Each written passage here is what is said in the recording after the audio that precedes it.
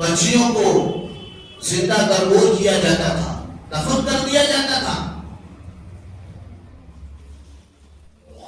ایک شخص گھر سے باہر گیا ہوا تھا، اس کے گھر بچی پیدا ہوئی، بچی تھوڑی بڑی بھی ہو گئی، وہ باہر سے واپس آیا، اپنے گھر کو دیکھا کہ میرے گھر بچی پیدا ہو گئی، بچی کو دیکھ کر بہت خوش ہوا، بچی کو لاڈ اور پیار کرنے لگا، محبت سے پالنے لگا۔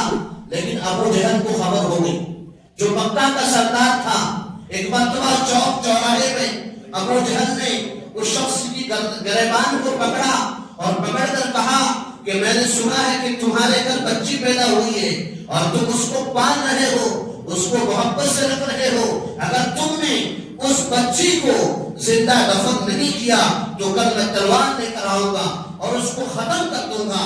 یہ شخص پریشان ہو جاتا ہے اور پریشان ہو کر اپنے گھر کو جاتا ہے، اور اپنے گھر کو جا کر جب بیٹھتا ہے تو بچی سامنے آتی ہے۔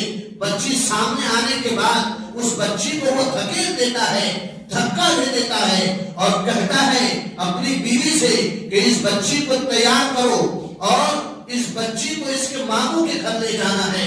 حقیقت بتلاتا نہیں ہے، بچی کو تیار کیا جاتا ہے، بچی کو تیار کر کے ماموں کے گھر لے جانے کے بہانے کدال اور پھاوڑا ہاتھ ساتھ میں لے کر جنگلات کی طرف جاتا ہے۔ بچی باپ سے کہتی ہے کہ ابو ان جنگلات اور جنگل میں میرے ماموں کا گھر تو نہیں ہے۔ باپ چپ چاپ رہتا ہے، بچی کو لے کر چلتا رہتا ہے۔ جب اندر جنگل میں چلا جاتا ہے تو وہاں جانے کے بعد گڑھا کھودنے لگتا ہے۔ باپ گڑھا کھودتا ہے کس لیے؟ بچی کو دفن کرنے کے لیے، اور وہ معصوم بچی جس کو دنیا کی ابھی خبر نہیں ہے، وہ بے شعور اور بے سمجھ ہے۔ باپ گڑھا کھود رہا ہے اور بچی مٹی اٹھا کر باہر ڈال رہی ہے، اور وہ باپ بچی کو دفن کرنے کے لیے تیاری کر رہا ہے۔ اور جب گڑھا کھود کر مکمل گڑھا تیار ہو جاتا ہے تو اس بچی کو جب وہ دفن کرنے لگتا ہے تو وہ بچی روتی ہے، چیختی ہے، چلاتی ہے، اپنے باپ سے فریاد کرتی ہے کہ اے میرے والد، اے میرے باپ، آپ مجھے کیوں دفن کر رہے ہیں؟ میرا جرم کیا ہے؟ میری غلطی کیا ہے؟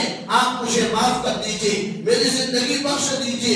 میں آپ کے گھر میں نہیں آؤں گی، میں جنگلات میں زندگی گزار لوں گی، میں بھیک مانگ کر زندگی گزار لوں گی۔ لیکن باپ کو رحم نہیں آتا ہے، باپ کو رحم نہیں آتا ہے، اور باپ بچی کو گڑھے میں ڈال کر، منو مٹی ڈال کر اس بچی کو زندہ دفن کر دیتا ہے۔ جب یہی شخص حضور اکرم صلی اللہ علیہ وسلم کی خدمت میں آتا ہے اور خدمت میں آ کر کہتا ہے کہ یا رسول اللہ، مجھ سے بہت بڑا گناہ ہو گیا ہے۔ حضور پوچھتے کتنا بڑا گناہ ہوا ہے؟ وہ کہتا ہے کہ زمین و آسمان سے بڑا گناہ ہوا ہے۔ وہ شخص کہتا ہے زمین و آسمان سے بڑا گناہ ہوا ہے۔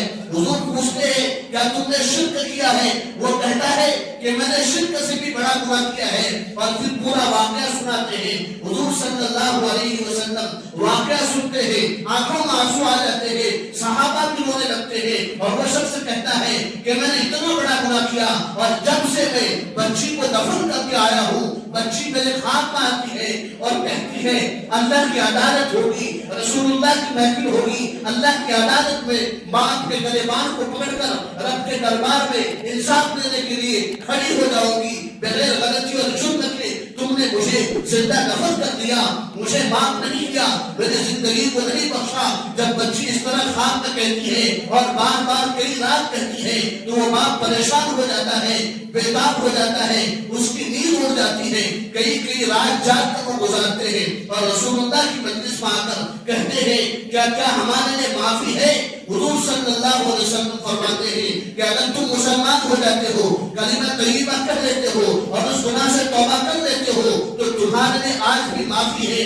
پھر حضور صلی اللہ علیہ وسلم کے لیے اللہ نے جو فرمایا وَمَا أَرْسَلْنَاكَ إِلَّا رَحْمَةً لِلْعَالَمِينَ، اس بچی کو جس کو زندہ درگور کیا جاتا تھا، اس کو روکنے والا یہ نبی کی رحمت ہے۔